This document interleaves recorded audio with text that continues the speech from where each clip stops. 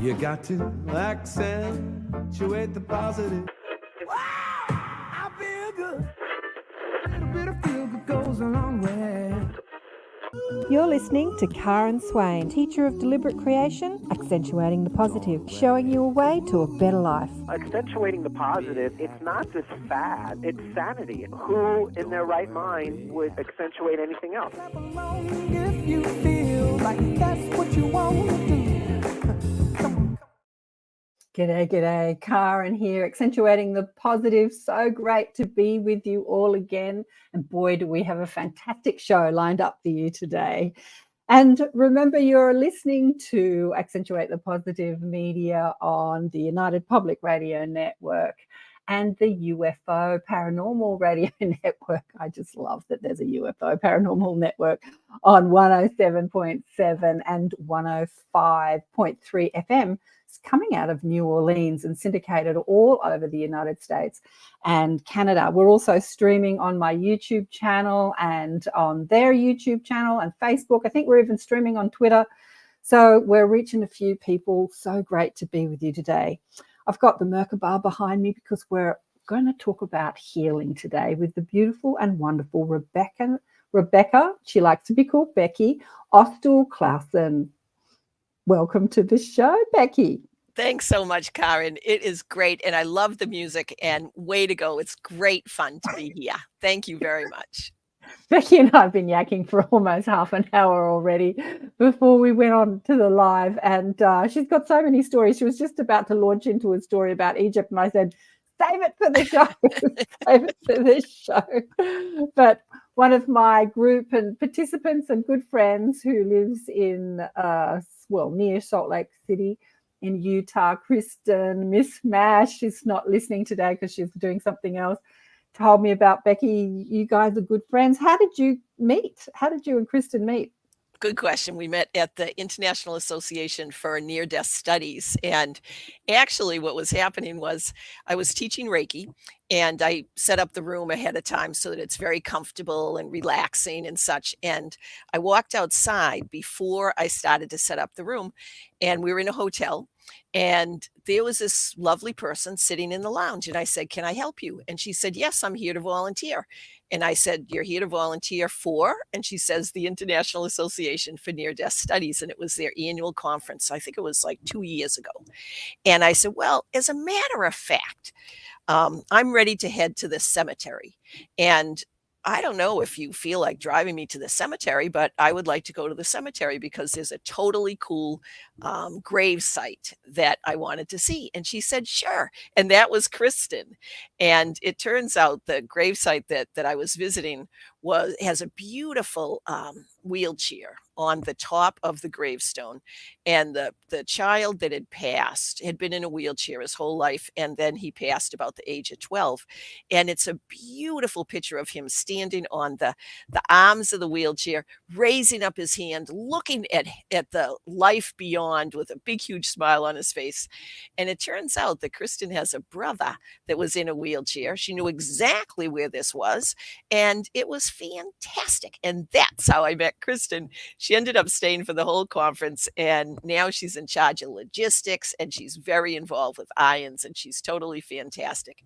And we've become friends. And so that's how we met. Darling one, she is totally fantastic. I agree. I concur.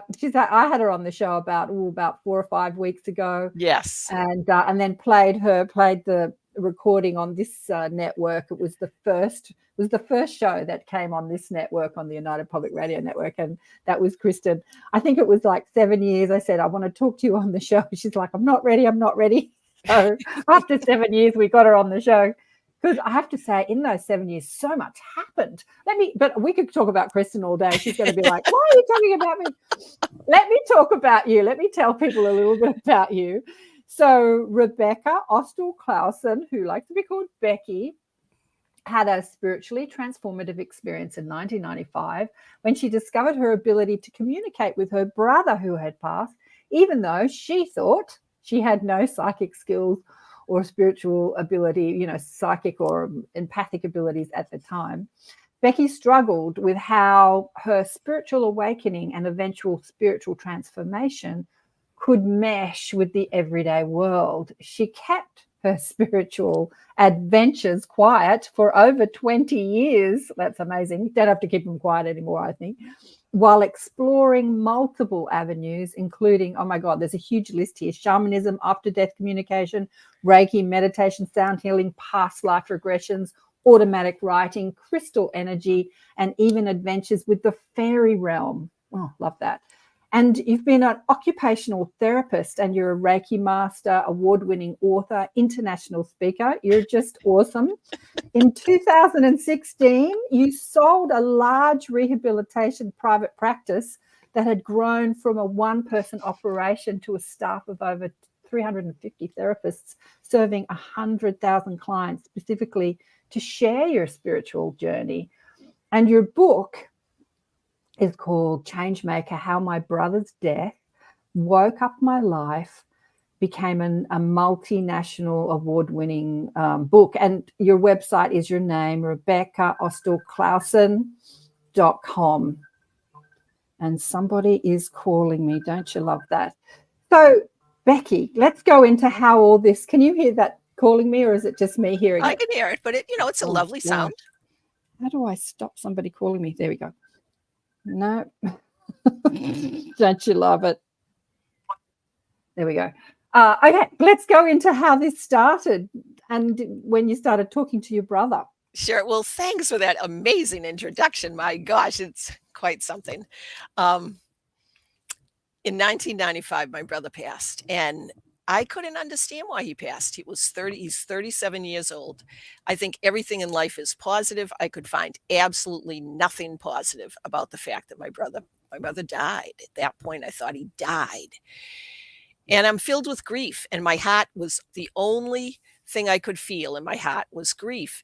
And about 6 weeks after he passed, I'm riding my horse through a Christmas tree farm, and that day I received the best present of my life.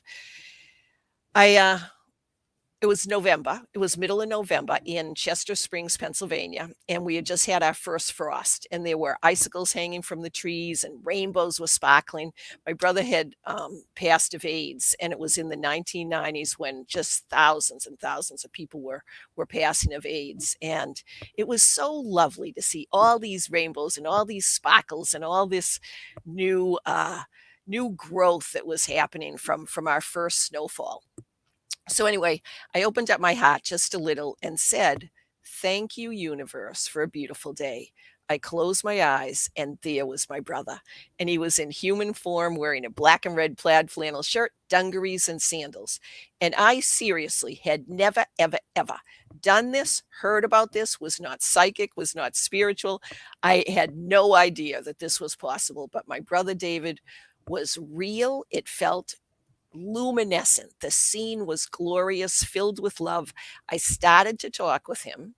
I just started to talk with him and realized in a second that I could send thought, and he was great and I was great. I mean, gosh, I'm with my brother again. And I looked to the right, and there were my grandparents, Abe and Bessie Dole. They had passed about 10 years before, holding hands like they always did. Beside them was Edward, our childhood friend, and he had passed about 6 months ago. Beside Edward was a friend of mine, Holly, who had passed 20 years ago. And I thought, oh my gosh. And I looked behind them, and there were about 24 other people, all that I knew that had passed. And I looked back at my brother, and behind him was a golden arch. Now, I had talked with my brother about 3 years before this, and had asked him if he had been tested for AIDS. And he turned away. And it was the hottest 10 seconds, longest 10 seconds of my whole life. I didn't expect him to turn away. And he said that he was HIV positive. And I didn't know what that was, which seems ridiculous now, but I didn't. And so David asked me to not tell anybody. Please, he wanted to be kept kept just people treating him the same way. And so I had no support system, which was okay because I'd do anything my brother wanted.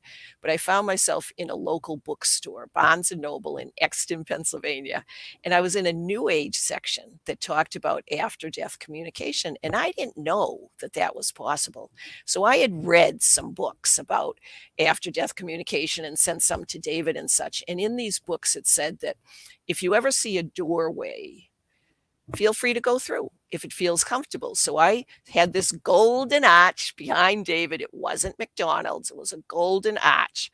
And I looked to him thinking he would take me through the door. And instead, my 4'10" grandmother takes me by the hand and we skip through this golden arch. And on the other side was a fuchsia colored land. Now, my husband, Jeff, and I have two wonderful sons, Kenny and Ryan. And now they're in their mid-30s. And they, as you can imagine, have heard this story a few times. And they said, Mom, do not say fuchsia. And I'm like, well, why not? And they said, it sounds like you're tripping. It sounds like you're high. It sounds like you're loaded. Just don't say fuchsia. But it really was fuchsia. And so I'm in this fuchsia colored land. And this time I hear my dad's dad, my paternal grandfather, because the grandparents that I had seen were my mom's grandparents. This is now my dad's father, Gramps. So I hear Gramps, didn't see him, I heard him. And he says in a very loving manner, he had passed about 15 years ago, come over here. And he takes me by the hand and we fly through this fuchsia colored land for what seemed like hours, reminiscing, enjoying being together, having a lovely time. And all of a sudden, my horse starts to move. And so I'm sitting on the horse. The horse is starting to move. And I said to Gramps, Gramps, I need to go back. And so we did this U-turn in this fuchsia colored land. The horse is moving, come to the golden arch. I fly through the arch. I land right in front of David. Horse is still moving. There's my grandparents and Edward and Holly and everything's the same. And I say, I need to go back. And Karen, it was so amazing because what I heard from everybody all at the same time was, we will always be here. We will always be here. I pulled up the reins and sat there on my horse for about 20 minutes and thought, what just happened to me? And it's the first time I really believed that life was eternal. It was fantastic. It's an incredible story, just an amazing story. I want to ask you, were you on the horse the whole time this was happening? Yes. And was the horse moving? Yes. Oh, no, wrong. Sorry. The horse was not moving while this was happening. But the horse was, it turned out to be, the horse was very spiritual and very receptive and very aware. And I have all sorts of horses, all sorts of stories about what happened with the horse. But this was the first time that I had actually had a meditative experience on the horse. Her name was an Astra, A-S-T-R-E, which means star. And so I'm like, all right, great. Yes. So I was on this horse that was not moving while all this was happening until that part where she started to walk. Sorry, get me back on that. She started to walk. So this whole experience happened in sort of a nanosecond on Earth, but you felt like you were communicating with the other side for a while, yeah?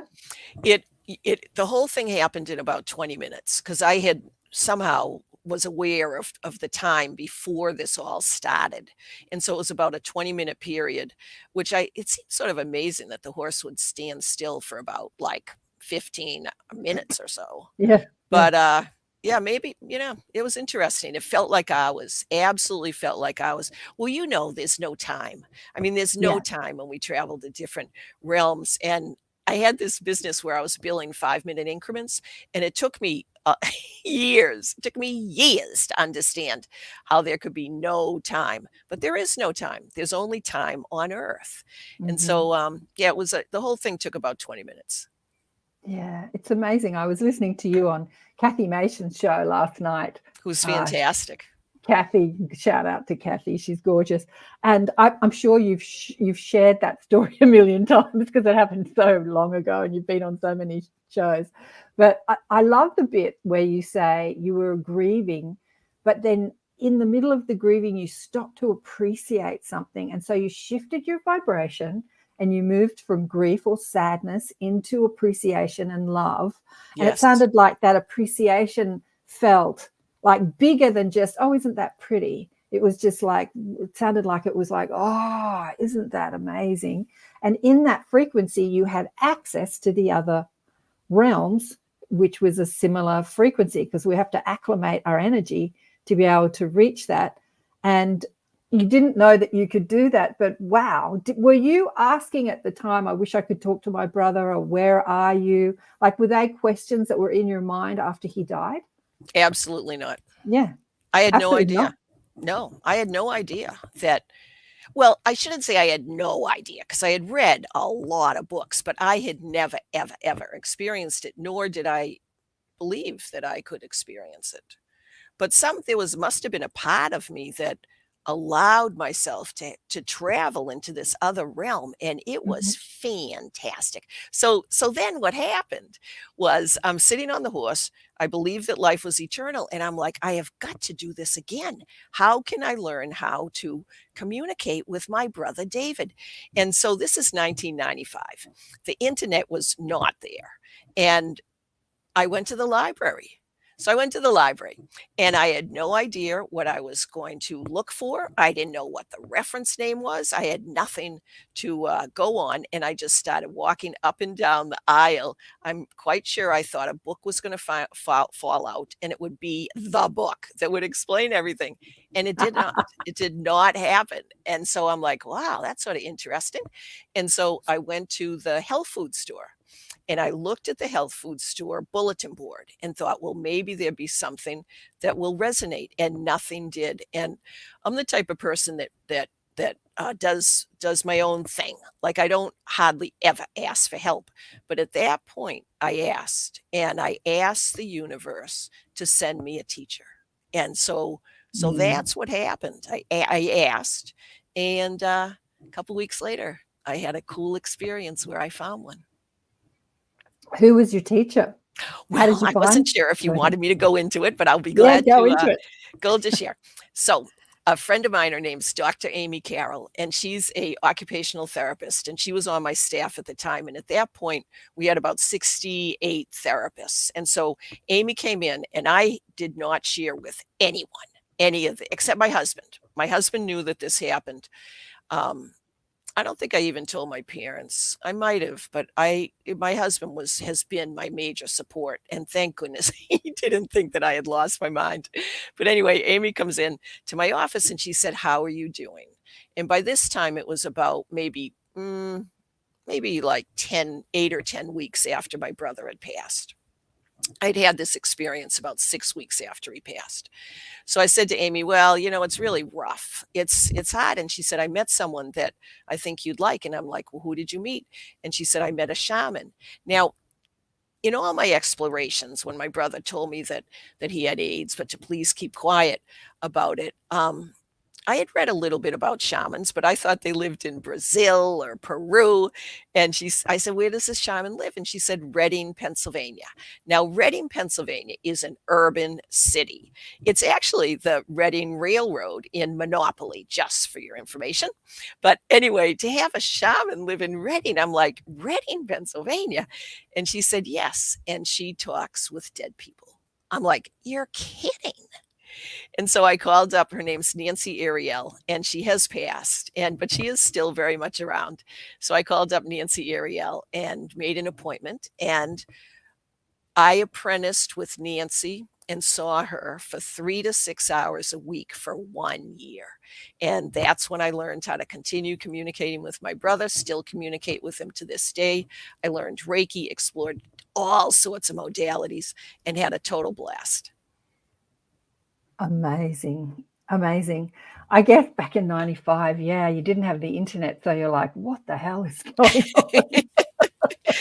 I mean, it seems so curious not to have the internet, but we didn't have it. So let me ask you, did that communication still continue? And did your brother, what is your brother's name? David. David. Did he talk about like what he's doing, what's happening on the other side? Did you ask him those questions? You know, it's interesting. I found myself listening more than asking because there was so much information that was starting to be shared. It really was quite fabulous. And so he would talk with me and let me know how he's doing. But actually what happened was when I was with Nancy, she did what's called shamanic journeying. And so she would use Reiki to get me relaxed. And then we would go on a shamanic journey. And the very first shamanic journey I ever had, and that's when your consciousness travels to different realms. And she was always there with me, which was good in the beginning, but it was so fantastic. It was really, really, really exciting. And what happened the very first journey, she said, there's going to be a bird and the bird's going to come down towards you. And so she said, do you see anything? And I saw this big black bird, and this bird was friendly. And it came down and landed right in front of me. And I was talking to Nancy. My eyes were closed, but I was visualizing this. And she would say, please tell me what's happening and such. And I said, well, the bird just landed. And she said, it's a friendly bird and you're going to get on its back and you're going to ride on the back of this bird. It's all right. It can hold you. And so I looked at the bird and the bird looked at me and I climbed onto the back, and then the bird took off, and it took off and it traveled through all different realms. It went through a tunnel, very similar to what happens with a near-death experience. There was a little bit of a black spot, but then it came through the light. And when it went through the light, I saw multiple beings, and there was one being that came in the front. Now, I'm a PK, which is a preacher's kid. And so I grew up in a religious atmosphere. My dad was an Episcopalian minister, a low Episcopalian, not real high. If you're a high Episcopalian, it's more close to Catholicism. We were of a lower Episcopalian denomination. And I used to play the organ for church. And so all these people that I had originally seen with my brother and grandmother and Edward and David were people that I had played the organ at their funerals, and I knew that. And so anyway, this one being came forward when we had finished, when I'm on this bird, and then we ended up finishing the tunnel of light and such.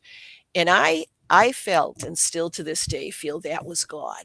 And so I knelt down. And I knelt down in front of God. And I had been an agnostic and an atheist for a long time. But I was in the presence of a beautiful soul. And for me, it was masculine. No specific face, but it had a robe, and it was very, very prominent. And I knelt down in front of God. And God said, rise, rise. You don't need to kneel down. And I was talking to Nancy at the time, and I said, I'm in the presence of God. And she said, ask him a question. And I'm like, who am I to ask God a question? Wow. It was amazing. And I'm like, what question is appropriate for me to ask God? And I'm pretty much a workaholic. And so I said, is it all right if I get involved in this experience, in this realm?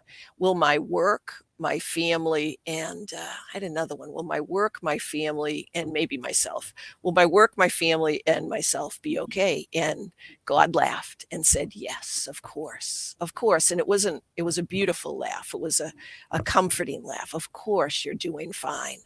And I thought, oh my gosh. And so at that point, the scene sort of faded away, and I got back on the Blackbird and came down, and then spent quite a bit of time with Nancy processing that. And it wasn't until years later, like I'm talking 15 years later, that I realized that Blackbird was my brother. And the way I want me to keep going as far as the way I know that it was my brother. Yeah, this is fascinating. I've got so many questions, but keep going. Okay. So the way I figured out that it was my brother was about David lived with a woman by the name of Lorene, and they were very close friends. And Lorene had her room, and David had his room, and he knew her schedule intimately. And he passed, and we all got together and had a little celebration for my brother's life. About a week after he passed, Lorene calls me up and she said, "Hey, Beck, I have a story. You have a few minutes?" And I said, "Yes." And she said, maybe it was a couple of days after David passed. She said, I went into the bathroom. I went into the bathroom at 7 o'clock in the morning. And I always go into the bathroom at 7 o'clock in the morning. And I heard a knock. Hopefully you can hear that. Yep. And she looked around, and she had a claw tooth bathtub, and she looked under the bathtub, and she opened up the closet, and she looked underneath the sink, and she kept hearing this knock. And she's like, where is this knock coming from? And she had a dog named Bubbles. And so it was a Bichon dog, and it was going nuts. It was just going round and round and round and round. And all of a sudden, Lorene looked up, and she looked up at the ceiling, and there was this big black bird, and it was knocking on whatever you call it, anyways, this window on top of the room. And so she goes to the closet, and she gets a broom, and she says, "Go away, go away." And the bird went away. The next morning at 7 o'clock in the morning, she goes into the bathroom again. And immediately she hears, and it's the bird again. And she had left the broom there. And so she swishes it, and the bird goes away. Go away. The third day in a row, she goes back 7 o'clock in the morning. And what does she hear? And she looks up at the bird, and she says, "David, I know it's you. I'm okay. I love you. I miss you. And the dog is going nuts." And so David never came back. And I did not get that connection of the blackbird being the same blackbird that Lorene had seen for years. And then I'm like, oh my gosh, that was my brother that brought me to, through the tunnel and to see God. It's really quite something. You say that you're a PK, preacher's kid. And so I didn't grow up in any sort of religious background, and I was quite agnostic, as you say, like you. It's funny that you were agnostic after being brought up as a preacher's kid. I was. That's interesting. But a lot of my Catholic girlfriends became very atheist, actually, after going to a convent and being taught by the nuns. I thought that was interesting too. But I think our concept of God, so many people who have these experiences, near-death experiences, they meet a presence that is so, what can I say, divine, or it feels so incredible that they call it God. But I feel like you met yourself, like your higher self, that God aspect of you, or a guide. Because I don't know, like we think that if anything is divine, it can't be us. It has to be some entity that is God. What do you think? Do you think it was God, or do you think it was your guides or your higher self? I have never thought of anything other than God, but that's such an interesting way to think, because we're all connected. We're all part of one. We're all love. What an interesting thing. I will certainly keep thinking about that. It really is quite fascinating. It's so fun. And I certainly have multiple guides and spirits and all of that, and have met many of them. And it's a blast. The whole thing is a blast. It's really, really fun exploring. And the part about your brother presenting as a bird, how do you think that works in spirit? Do you think that a soul or energy, an orb, it talks to the bird or influences the bird? Or do you think they pop into the bird's body or the animal's body? How do you think all that works when a spirit is communicating through an animal? Good question. And if you don't mind, I'm going to share a little bit of a story that happened to me that is related to this question. Yeah. So my brother is passing. He's in the hospital, and he had always said to Lorene and to mom and dad, um, if I ever have to go to the hospital in an ambulance, I know I'm not coming back. And so my parents called me one day at early in the morning at 10:01. And, numbers are significant. And 1 for me is new beginnings and 0 is completion.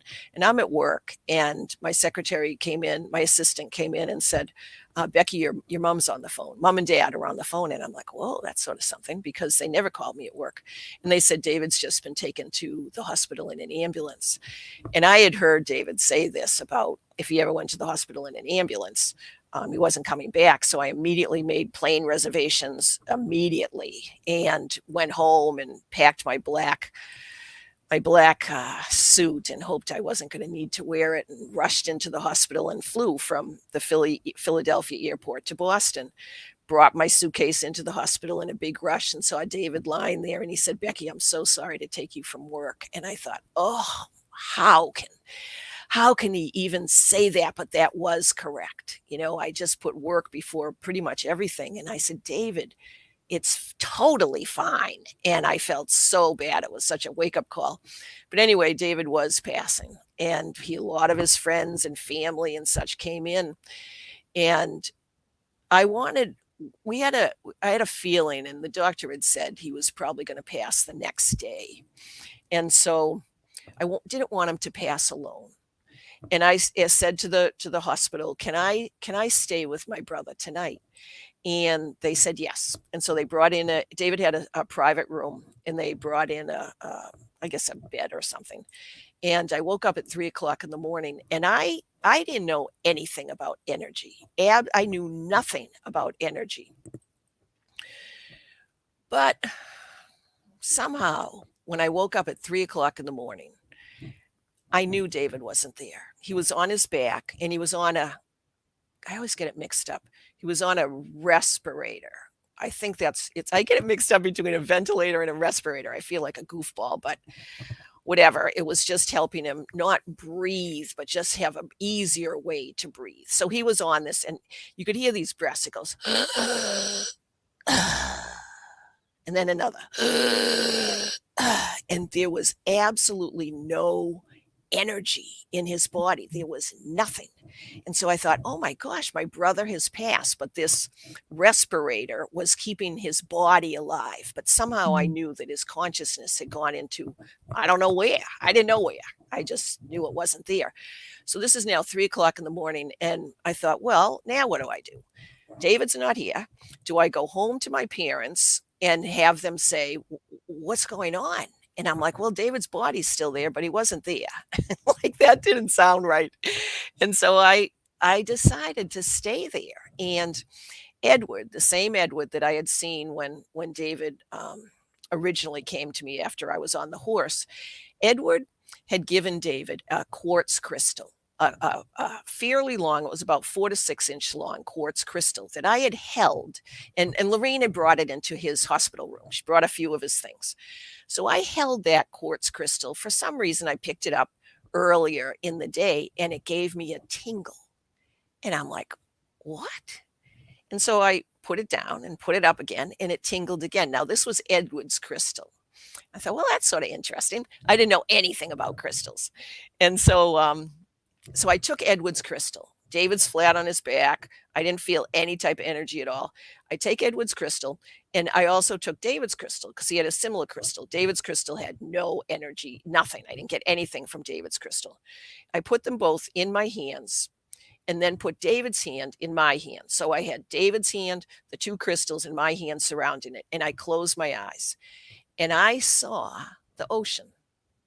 And in the ocean was this humongous fat porpoise. It wasn't really a porpoise. It looked sort of like a porpoise, but it didn't have the hump on the back or the fin, or whatever it's called, the triangle thing that goes on the top of the back of a porpoise. Yeah, the it didn't fin. have that. The what?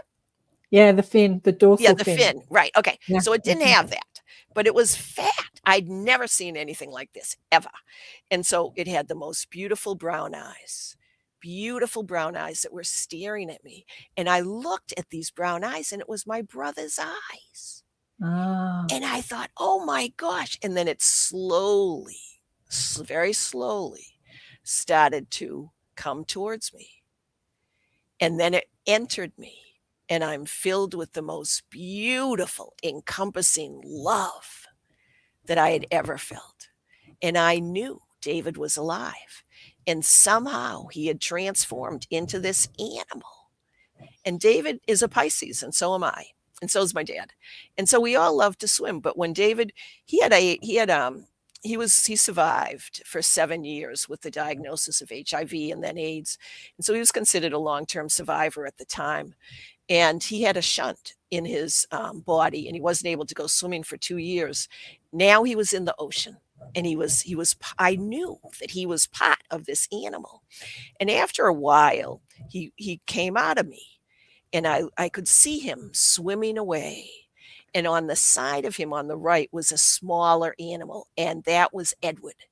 And so Edward was with my brother, and they swam away, and it was absolutely magnificent. And I thought, oh my gosh, I really believe that that was David that was filling me with love and letting me know that he was around.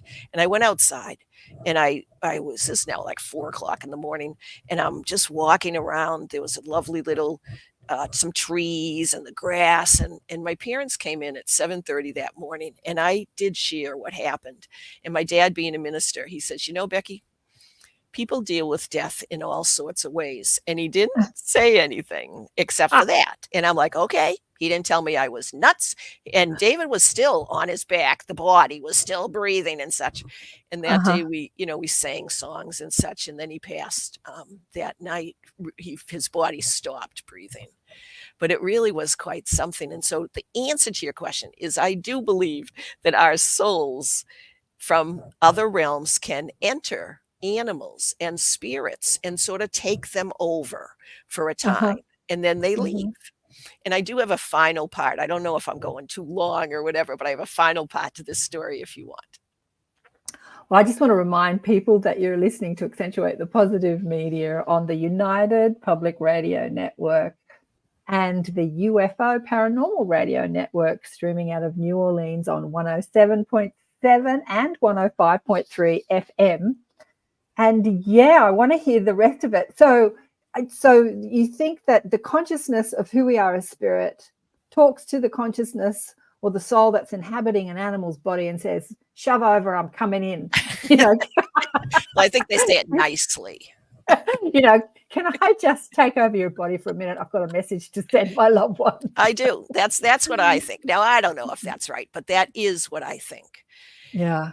The final story part of this story is about, I drew a picture of this animal because I didn't know what this was. And it was on a little pink hospital pad, the memo pads that I brought home, and I showed it to my husband. And I said, this is the picture of what I saw. About maybe 2 months later, our kids, and they were, I guess, maybe about 8 and 6 years of age.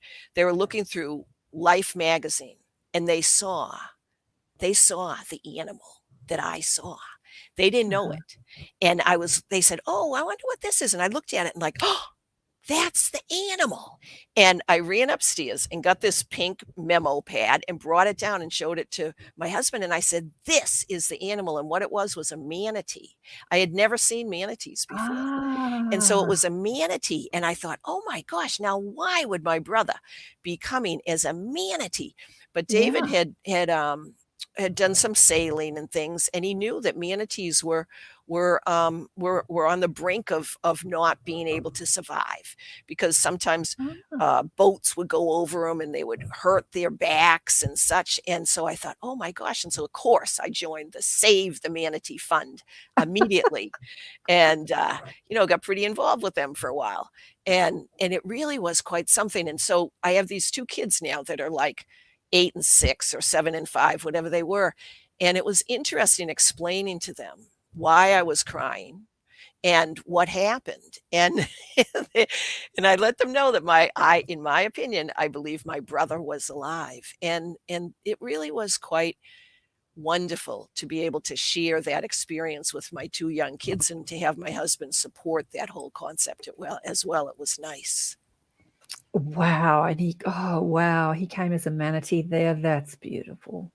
Yeah, that's beautiful. So he's sending you a message like, check out the manatees and what's happening to them. And yeah, wow. Can I tell you another story about a bird? Sure. I just want to acknowledge people that are watching online. Oh, sure. Well, I'm sure there's more than just the gals online, but the gals are talking. We've got Shirley, and Wendy says, I can hear your Boston accent. Yes, it is a Boston accent. Kirsten, Sherry was the first one to pipe in. Desley, we've got the gals online. So I just want to say hi to everyone. And me too. Listening. Hi. Thanks so much for being here. And we're doing a group catch up after the show, right on 8 p.m. Eastern. It's 10 a.m. Sydney time. For people who want to join on Zoom, let me know on Facebook or YouTube, and I'll send you the Zoom link. And Becky said that she'll come in for 10 or 15 minutes to meet you and answer any questions, because it's about an hour and a half show. So I didn't want to keep her too long in the group, but the group is just to catch up and chat about anything you want to talk about, life after death, ET experiences, psychic ability, anything you want to talk about. But yes, please go into your next story. Loving this. It relates to your question about animals and what happens with our consciousness, and how do animals come into, how does our how does the consciousness of life beyond enter animals in this physical realm? I ended up writing a book about the first year after my brother passed, but then I kept having all sorts of interesting experiences. And one of the things that happened was a neighbor had a son that passed, and his name's Cam, C-A-M, Cam. And we join backyards. And Cam passed when he was, I believe, 14. And so I was standing in my garden and looking and sending love to Cam's home and parents and such. He had just passed. And I hear in my head, Mrs. Clausen, I didn't know that you could do this. And I thought, oh my gosh, who is this? And it was Cam. And so I said, Cam, I'm so sorry. How are you doing? And he said he was doing okay, but please tell my mother that I'm okay.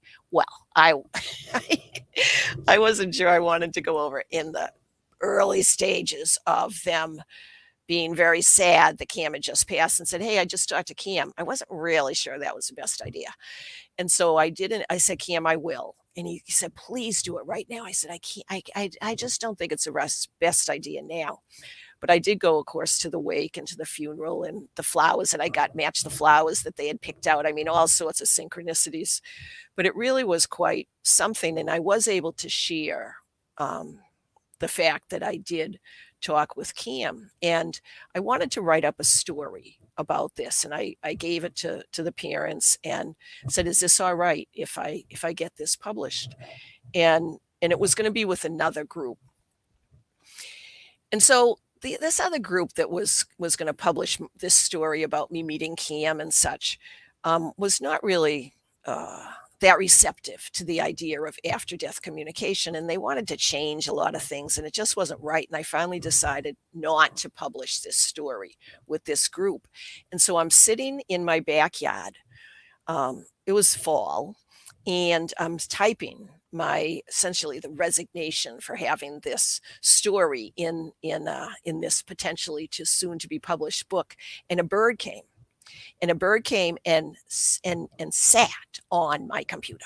So I have the computer screen up, and the bird, I'm outside, and the bird comes and sits there. And I'm like, well, this is interesting. And it was I think it was like a little wren.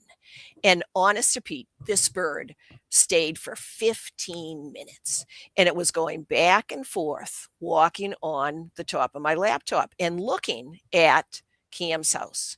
And so I'm like, oh my gosh. And so I went in, I just was able to focus for just a second. And it was Cam. I asked, who are you? And are you Cam? And it was Cam. And it's been so interesting to be able to tap into different consciousness of animals and ask them who they are. And the same bird, it had a funny little eye, had a funny little eye. About a month later, this same bird came to our bird feeder. And I immediately could tap into the energy and knew it was Cam. And I thought, oh my gosh, it would be totally awesome if I could get a picture of this. And at that point, I think my husband came right by and he took a picture of this bird Cam because I had put out my finger. Now, this is a wild bird. I put out my finger and the bird landed right on my finger. And my husband was able to get that picture. And I think to this day, my Facebook picture is that picture of Cam on my finger as a bird. And so the thing that I always encourage people to do when we see animals that remind us of our loved ones that have passed is ask, just ask.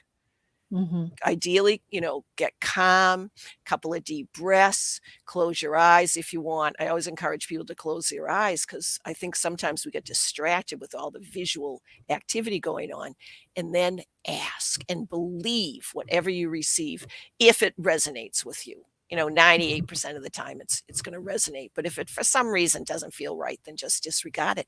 But that was Cam.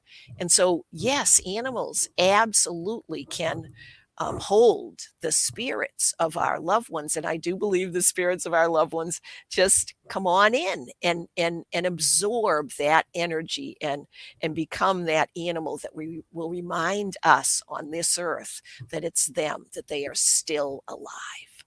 Yeah. Yeah. The animal kingdom.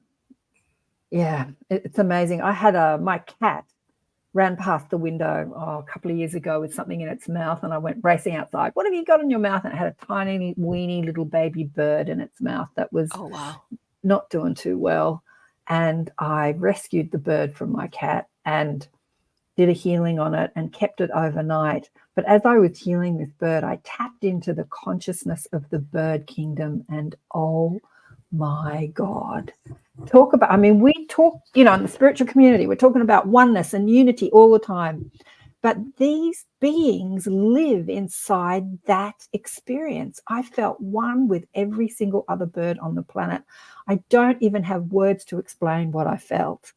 And so there's something about the animal kingdom that has that on tap, that unity consciousness. Even though they eat each other and kill each other, they're still unified. It's really quite extraordinary. And I think that that's where we're heading as humanity, moving back into that consciousness. Even though we're so much more intelligent, so to speak, than animals, they have something that is that connection to the unification of source, the oneness of source, that we as humans have forgotten.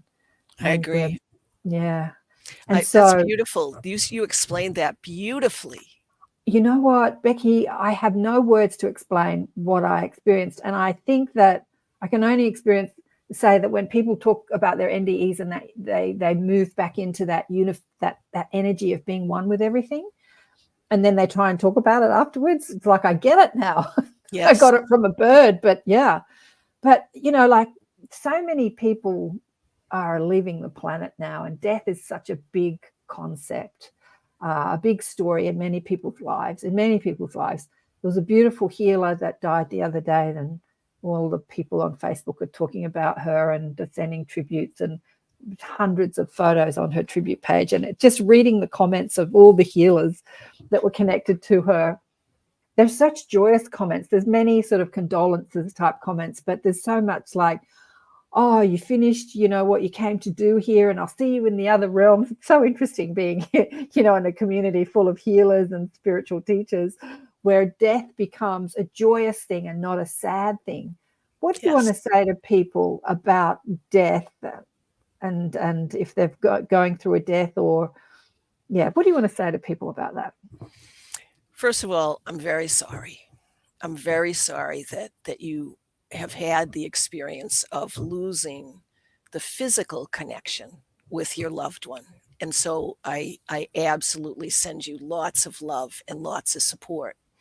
Please know that they're still alive, that they can communicate with you, that you will receive a message from them. And I encourage you to believe.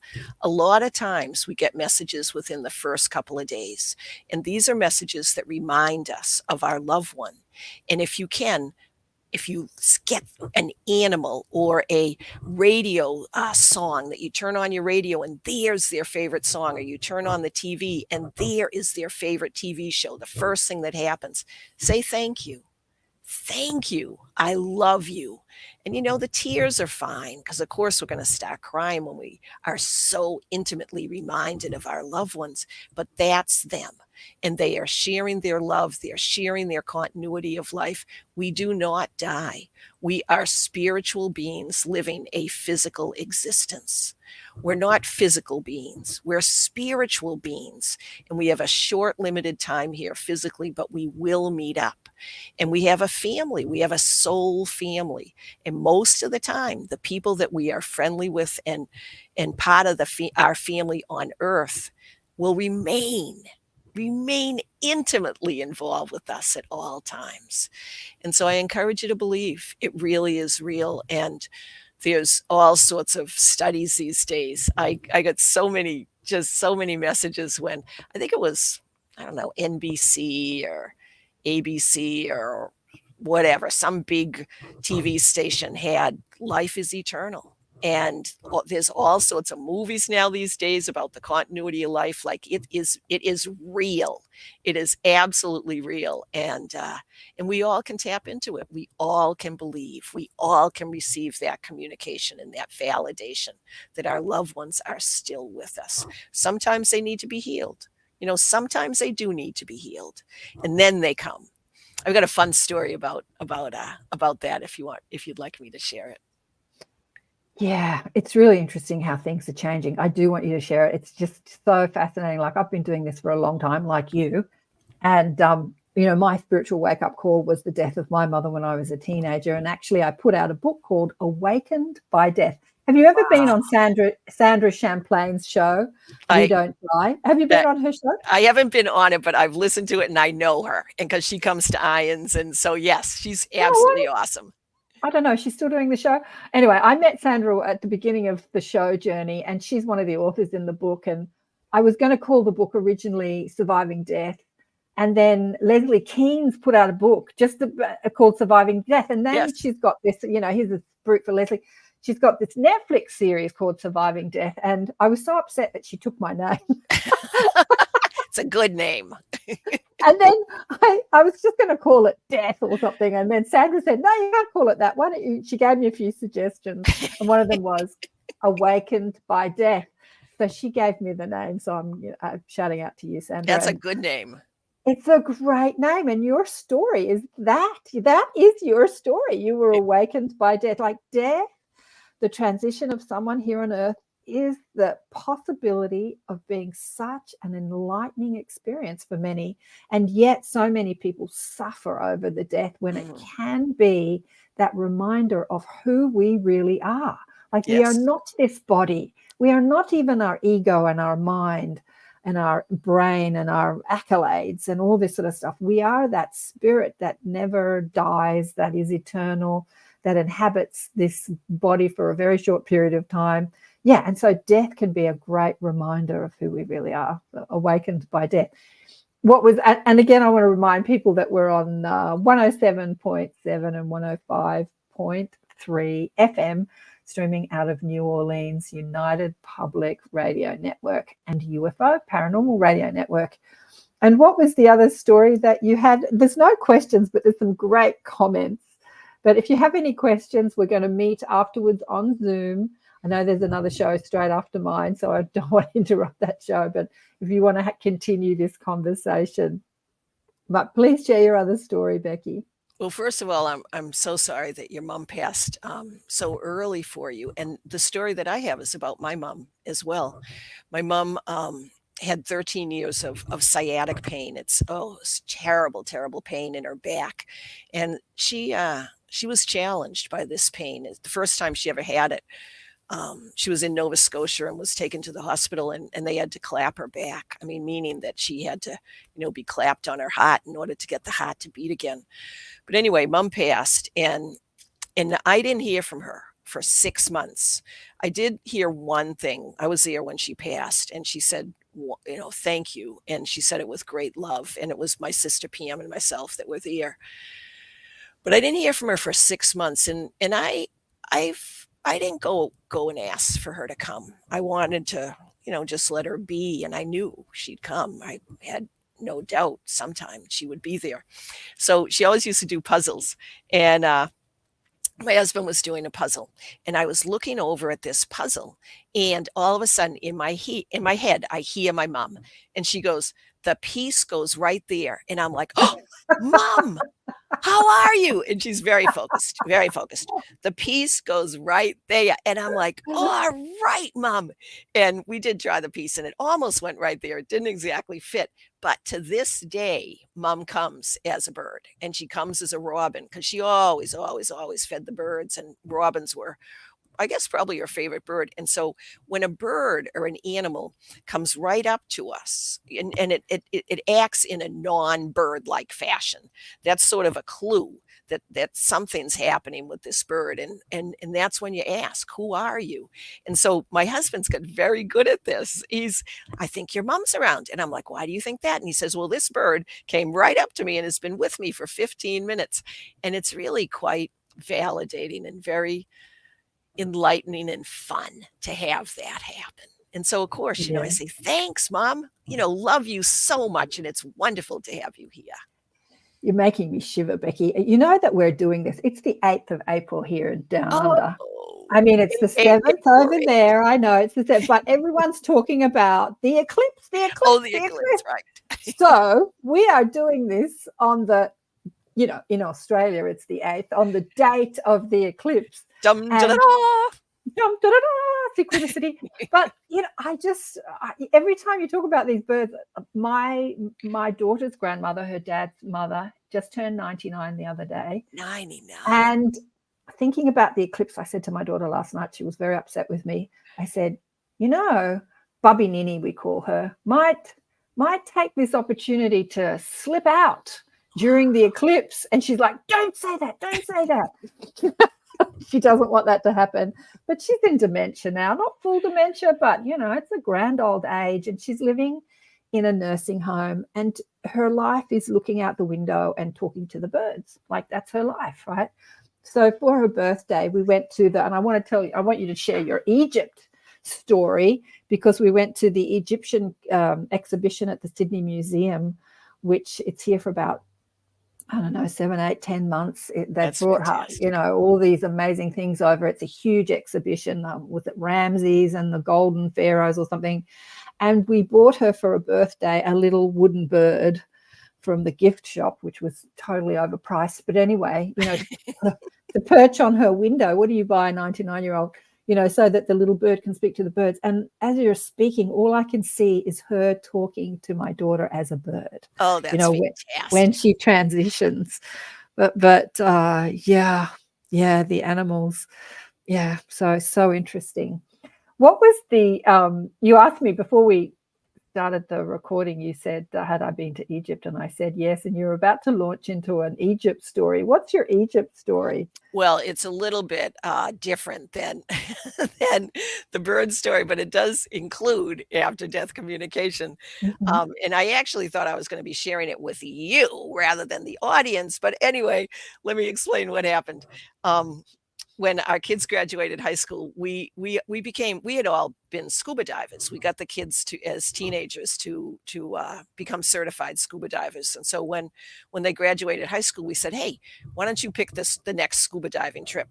And so Kenny, who was our oldest, decided he wanted to go to Egypt. And there was a humongous statue of Ramses, and you and I were talking, Karen, about Ramses. There's this huge statue of Ramses, and it's lying down, and they had built like a little house or something around this statue of Ramses. And I'm on the second floor looking at this massive statue of Ramses, and Ramses comes into my head, and I'm like, oh, and it was like, wow. And Ramsey said, and I don't mean to be a little off color, but what he said is, I'd like to have sex with you. And I'm like, you'd like to have sex with me? And it was so most curious type of conversations. And I didn't know anything about Ramses. And I'm like, no, Ramses, I don't want to do that. And he's fairly insistent. And I thought, wow, this is really quite something. And so he and my husband was looking at me and he could tell that I had sort of gone into another realm because I was very much concentrating on not the statue, but listening to what Ramsey was saying. And it turned out that Ramses had about 130 wives. And Yeah. I'm like, wow, this is really quite interesting. So we explored. So anyway, nothing really happened at that point, but Ramses kept coming back. And we ended up at the I think it was the southernmost tip of Egypt. And there was a humongous statue of Ramses sitting with, it was beside a mountain. And he had a lot of these different wives around and such. And I had brought my laptop because I do automatic writing and I wanted to write exactly what Ramses was saying. And I had spent a good amount of time because we were in Egypt for a couple of weeks, I guess, a good amount of time communicating with Ramses that you don't have to just have sex. You could have a relationship with love, and it would be really nice to have a relationship with love. And we got down to this place. I'm sorry, I can't remember where it was, at the southernmost part of Egypt. And there's Ramses, and I'm got my laptop out and I'm getting ready to write his messages. And he got it. Like he actually understood what I was saying, that we could have a relationship that did not involve physicality, the physicality of sex with someone that, of course, is on the other side. But it was such an interesting experience. I had no idea whatsoever that Ramses had like 130 wives. And in fact, his personality certainly lended itself with me to how and why he had 130 wives. It was quite something. Well, that's really fascinating. Having just gone to the Ramses exhibition, Annika, my daughter, I went with a friend of my daughter. She went traveling on a scarab. She was looking at a scarab and she went through a portal and went traveling through Egypt to stay connected to Egypt. But I thought I was playing tourist. I really didn't do the traveling thing because we're in a museum surrounded by people. But actually, I got a lot of information about Ramses during that exhibition because it's just so, I don't know, the information that comes in now is just so normal to me now. I don't even think of it as something different. And he was telling me that, that he was an ET and that he was at the beginning of the decline of us into density, and he was trying to share his DNA. That's why he had so many children. Interesting. So that humanity could stay more connected. But he fell under the sort of power hungry ego stuff too, and he did some not so great things. They didn't say this during the exhibition at all. This is what he was sharing with me, but he was reigning at the beginning of the fall of humanity back into density, where we started to forget our connection to source or to spirit. And he was trying to upgrade, like keep the DNA going by having all these children, it go makes out. sense, actually. Yeah. So he was communicating with you something about that, I would suspect. Like when he said, let me have sex with you, let me share my DNA with you. Yeah, it's so fascinating. Egypt's a fantastic place. I called it transformational. It was really, really special. And we ended up going back there again, and it's magical. My husband and I were scuba diving in the Red Sea, and it was in February 2020, and we were on a liveaboard, so we didn't know anything about what was going on with the world because we're in a liveaboard going scuba diving 5 times a day in the Red Sea. And we get out, and it was right when COVID started. And we then went to Egypt and we're with the camels and the pyramids and such, and we're like, oh my gosh. People were starting to wear masks. And when we went to the airport, you had to have your temperature. And if we had stayed there about another week, we wouldn't have been able to get out. Yeah. And so it was really Egypt. I love going to Egypt. It's a beautiful spot if, you need some guides and such, but it was really quite lovely.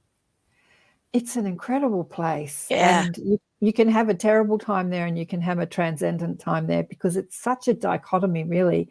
It was a place on earth where civilization, before we fell into density, was an incredibly enlightened, spiritual, incredible, civilization lived in that land, lived on that Yes. place of the, I suppose they lived on other places on the earth too, but they left their mark in Egypt.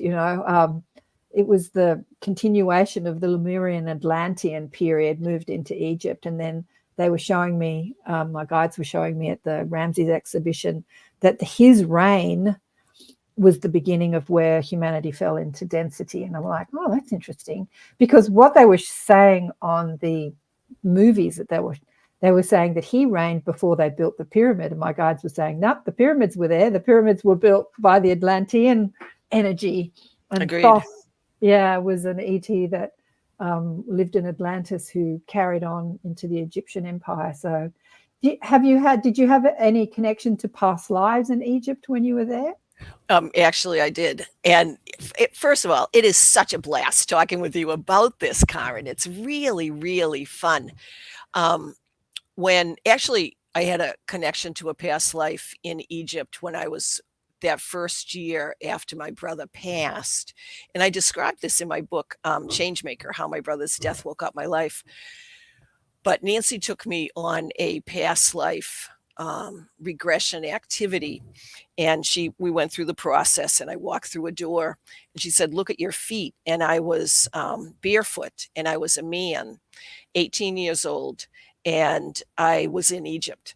And I find it interesting that I was in Egypt with Nancy when I was doing the past life regression, and then have gone back a couple more times. But anyway, I was serving as I guess a servant. I think I was a servant, an 18-year-old boy, and I was the person that was responsible for writing the how many like bushels of wheat or bushels of oats, or what the people did, how much the land achieved. I had to write it down for the person that owned the land. That's what happened. I had to write it down, and so I would walk into a pyramid, go up to the second floor, and I stood up, and there was this like book, a journal, and I would write down how many, what is it, whatever you call it, things of wheat, bushels of wheat were gathered that day, or whatever. And so that was my job. And one day, the man that was my boss, he owned me, said he wanted me to write down something that was incorrect. It was a lie. And I said, no, I'm not going to do that. And the next scene was, I was in the Aya, and I had two angels on either side of me. And I realized that I was flying. And so I was flying in the air with these two angels. And then there was a big commotion down in some square in Egypt. And we flew closer, and there was a scaffold.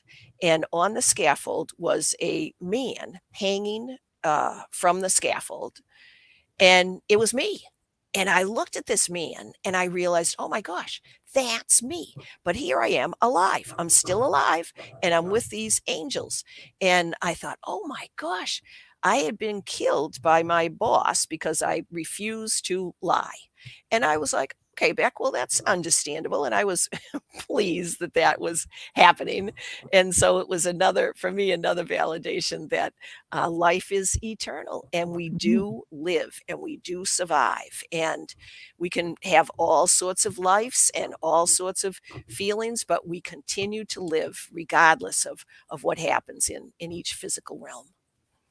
Wow. So you saw your death from the perspective of spirit. You saw your Egyptian death. You were hanging from the sky. I was, yeah. I was so curious. I'm like, wow, that's me. And I didn't have an emotional response because I was alive. Like, oh, that's my body, but I'm still here. Yeah.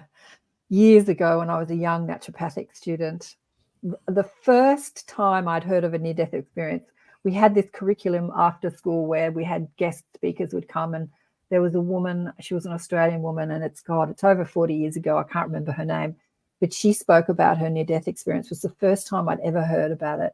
And I remember her saying, her words stick with me 40 years later, I took off my body like I would take off a cardigan or a sweater. You would say that we call them jumpers, but if I say jumpers, people might not know what I'm talking about.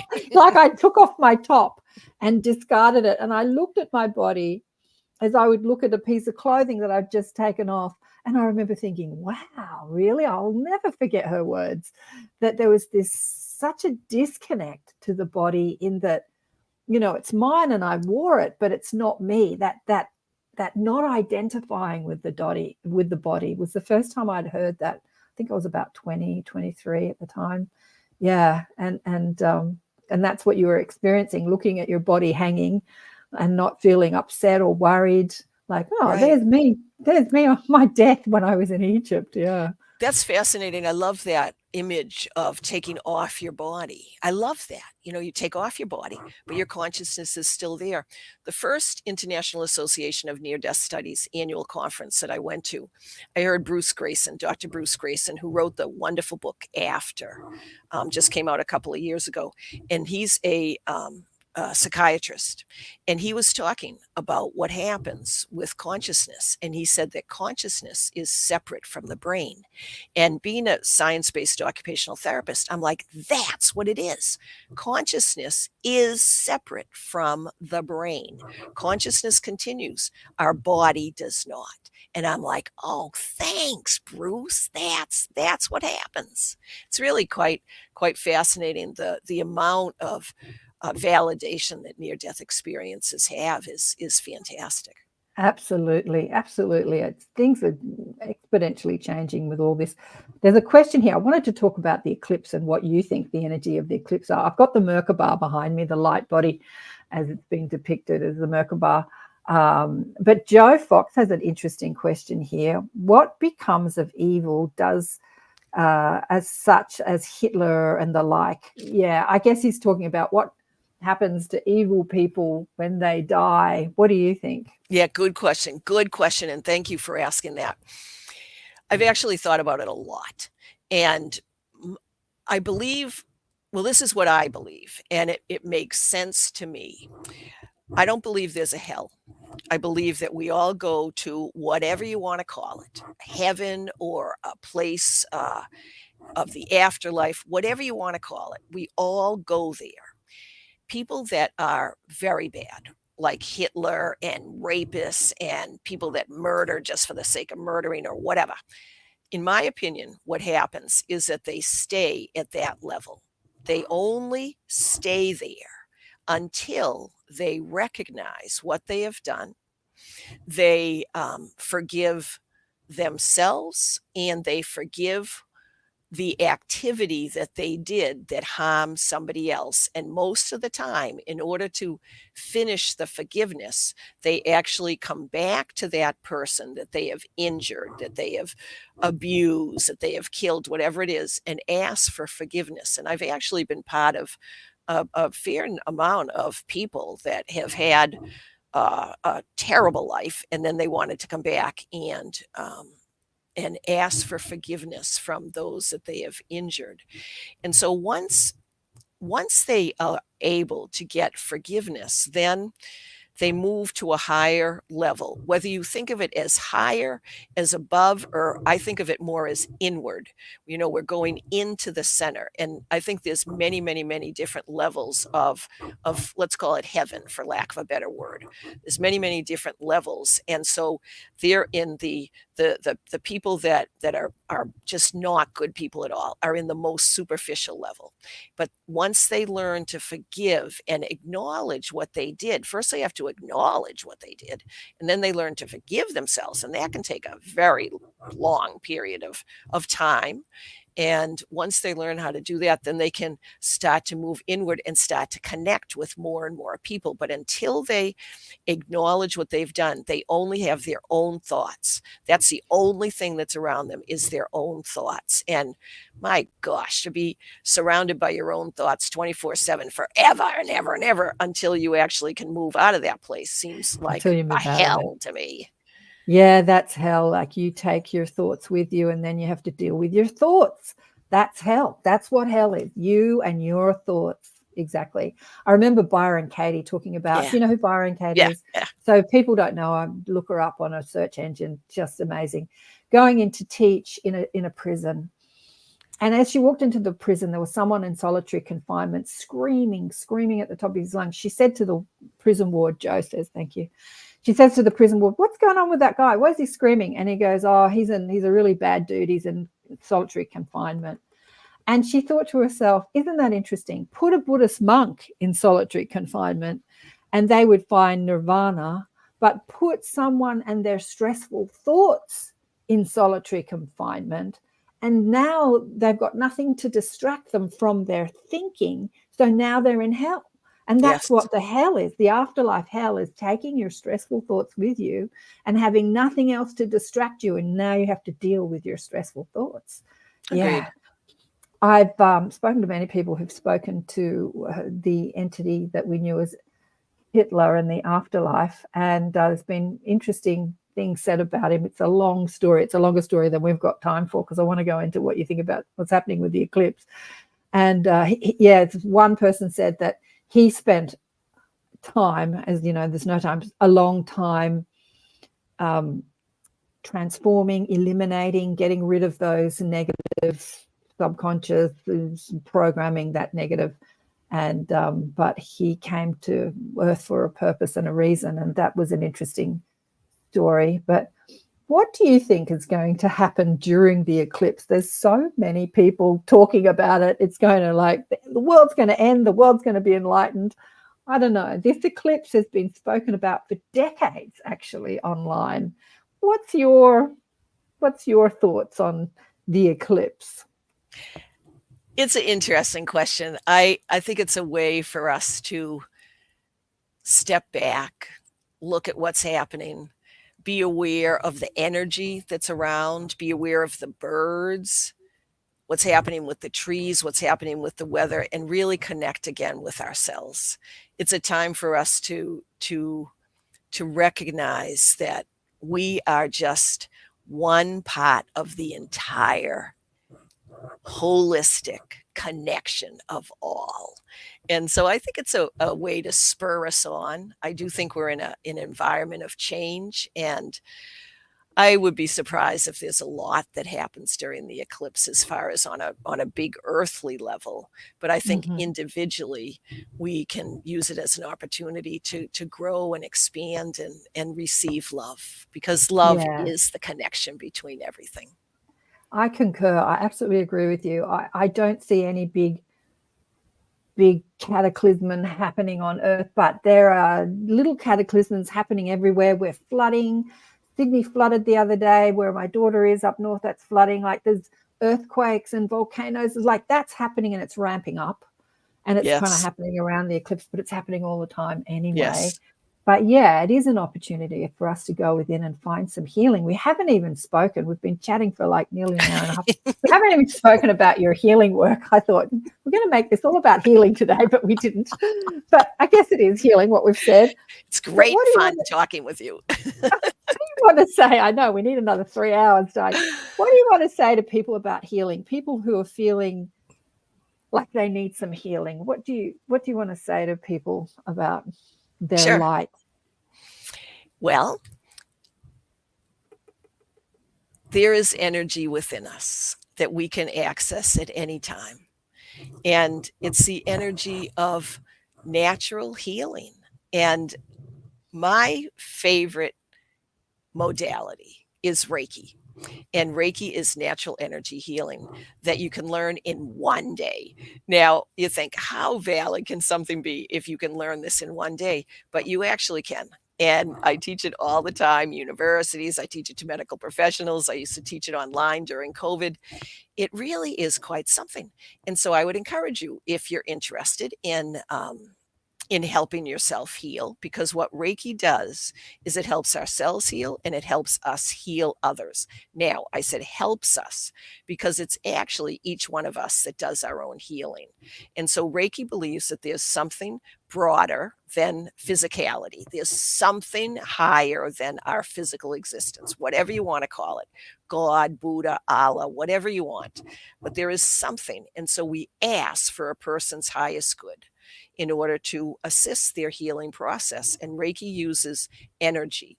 And a lot of times we use our hands, but you can also just use intention, and you visualize energy going towards a person that has given you permission.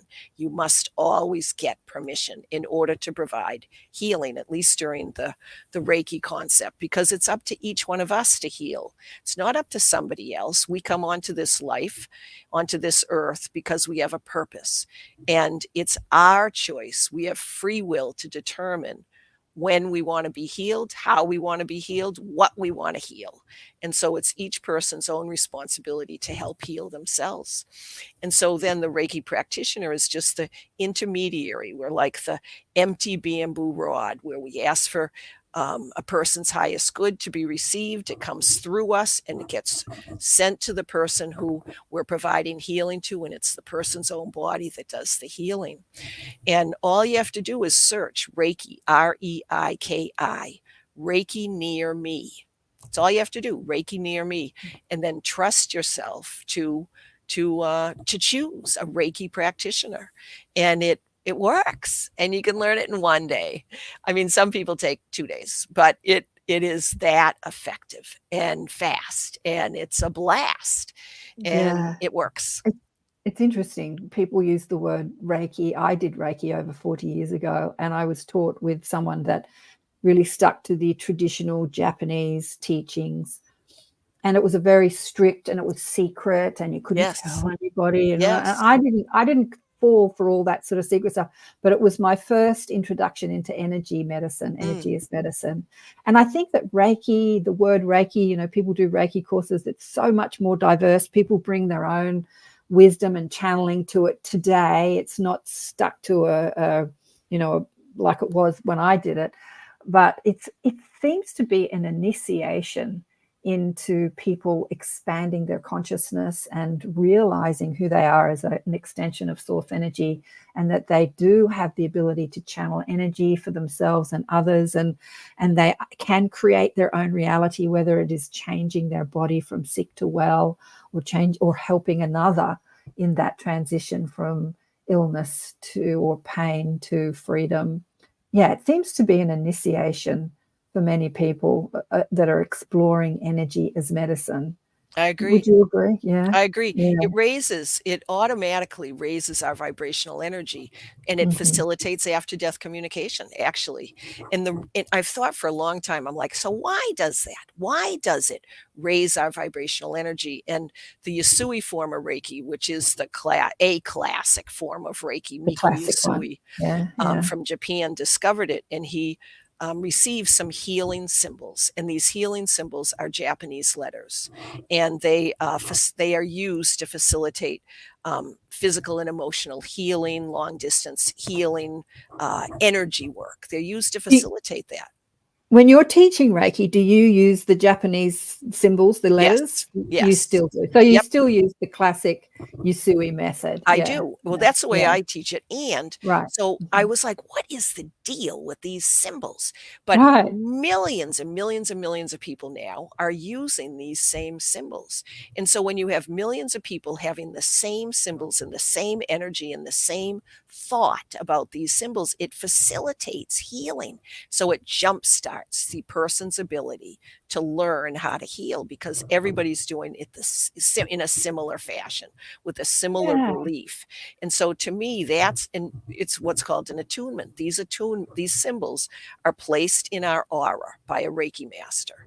And I think the word master is so hilarious, because you can actually learn Reiki at a master level with not too much challenge. But I think it's just sort of a funny name. But anyway, the Reiki master, the person that teaches us, Reiki and facilitates that learning will place the symbols in your aura and on your hands. And so all of a sudden you have the ability to provide healing to yourself and others. And I teach it in a group setting, and it's so interesting. I don't tell people anything about what to expect when they receive an attunement. That's the difference with Reiki versus other ones. You get these symbols placed in your hands, and so many people have. As soon as they get attuned, I say, how are you doing? And we'll do it in a group setting. And their hands are hot, their hands are sweaty, their hands are tingling, they feel a sense of peace, and that happens immediately. Not to everybody, but to a lot. And then we'll immediately go into healing with others. You receive and share healing and talk about it, and then we all talk about it. And we do that 3 different times, and by the end of one day, people know how to heal themselves, because you learn how to heal yourself first and and help others heal. And it's fascinating. And help others heal. Absolutely. I have to say, I dropped the symbols years ago. I can't remember how many years ago. I studied many other healing modalities. And I was just thinking as you were talking, do I even remember the symbols? And as I had that thought, the symbols came right back. And I'm I do remember the symbols. It's intention. And so you don't, if you think, oh my gosh, can I remember these symbols? But yes, as you said, they just came right there. They came right back. Yeah. But I'm sorry. But the healing that I do now is rather than relying on symbols or anything, is once you open enough to have a connection with your source or your guides. I call my guides very irreverently the mob. I just ask them, like, what do you think needs to happen here, guys? Agreed. And so I sort of rely on this higher perspective to guide me through anything that I'm facilitating, whether it's a show or a healing or a session or like, what do you think needs to happen here? And they're on tap. But I think that before you know that you've got your guides on tap, many people don't, and they say, how can I speak to my spirit guides? This sort of having that Reiki and the symbols and having something to focus on and using that energy frequency to channel energy, it's needed. And as I say, as an initiation, I think, into expansion. I just finished teaching Reiki Level 1 and Reiki 2 at the American Occupational Therapy Association annual conference. And during Reiki 2 is when I actually teach people of the symbols. So Reiki Level 1, you get what's called a tune. The symbols get placed in you. And then the next day is Reiki Level 2. And during the long distance healing part, because that's part of Reiki Level 2, it was so exciting. It was just like 2 weeks ago. One of the people that was there met her guide, her spirit guide, for the first time. She said, "Hey, I just met my spirit guide." I'm like, all right. So it really is amazing. Well, I think this is needed, because during my Reiki 2 attunement, the woman that was teaching me did not have that knowledge of spirit communication. And I had all these images of people and crystals and spirits and places. And I'm asking her, what the hell's going on? She's like, I don't know, because she's just doing it. She's just doing it like, right, I'm going to do the attunement. Like, she's just doing it as she's been taught. But I think today, once you start opening and gaining access to, your guides and past lives and other people's past lives and all, you just start expanding, because the energy on the planet is so different now than it was 40 years ago when I was doing my first Reiki initiation. That all this needs to be included in Reiki courses. They need people like you who have that, communication with the afterlife, if that's what you want to call it, or other realms or dimensions. It all needs to be included in what is called Reiki today, I think. Well, what happened, Karen? We've got only a couple of minutes left, darling. 2 minutes left. And I would like to send out a healing to people who are feeling, as I say, I wanted today to be about healing and knowing that we are an extension of source energy and we are powerful and we're infinite creative potential is a healing in itself. But what would you like to say to people to send out a healing to the people listening to the recording, and to the world as we move through this transition of the eclipse that everyone's been talking about? Well, first of all, thank you so very much for having me here. It's been just a blast talking with you. And as far as getting ready to for the eclipse, and readying our bodies for healing, I encourage you to maybe close your eyes and give yourself a nice big hug. Feel the love that is coming to you from the universe. Feel the love that's coming to you from Karen and myself. Feel the love that you have within you. And now maybe place your hands on your heart. Feel that energy of love surrounding you and encompassing you, and know that it's there. It is always there. You're a beautiful soul. You're totally awesome. And it's wonderful to have you participate in this glorious event with Karen and myself. So thank you so very much. Thank you, Becky. And if you want to meet Becky, she's going to spend 10, 15 minutes with us in the group. We're going to go straight into the Zoom room and do a little catch up and maybe continue the healing. You've been listening to Accentuate the Positive on the United Public Radio Network and the UFO Paranormal Radio Network on 107.7 and 105.3 FM. Thank you so much. Thank you so much, Becky, for being with us on the show. Bye. It's been lovely. Now. Thank you. Bye. Cheers.